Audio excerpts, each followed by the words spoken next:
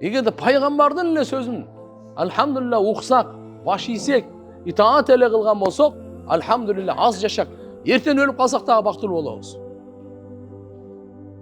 100 жылдан кийин өлсөк дагы бактылуу болобуз.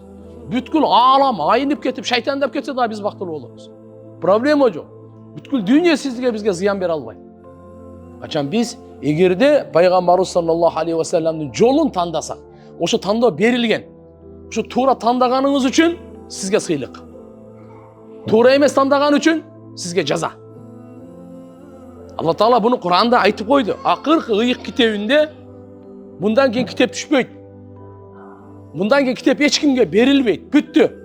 Алланын акыркы китеби ушу менен жабылды. Алланын акыркы пайгамбары ушу менен жабылды. Эми кыямат болот эми.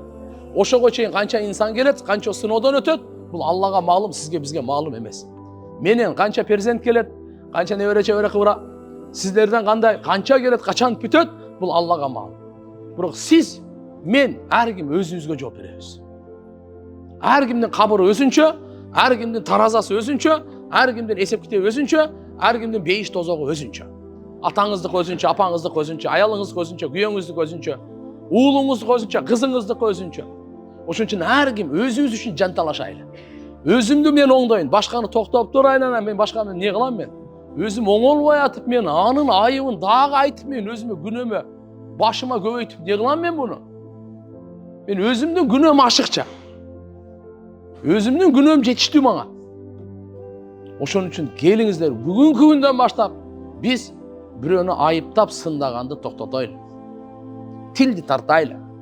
Ал үчүн ниетти жаңыртып, оюбузду оңдойлу. Ана шайтанды кара кандай кылды. Ошон үчүн пайгамбар саллаллаху алейхи ва саллям айтты: "Зунну бил муъминина хайра." Момундар тууралуу жакшы күмөндө болуңар. Ким болбосун момундар тууралуу. Иттахиму анфусакум. Өзүңөр тууралуу жала жапкыла. Башкага эмес. Жаман күмөнгө кимди тандайын десең, өзүңдү танда. Жакшы күмөнгө кимди тандайын десең, башкаларды танда. Өзүңдү жакшы эсептеп, башканы жаман эсептебе. Бул шайтандын жолу. Пайгамбардын жолу кандай экен? Аллаху акбар. Мен залыммын. Мен күнөөкөрмүн. Бул кайсы? Бул жакшы деп.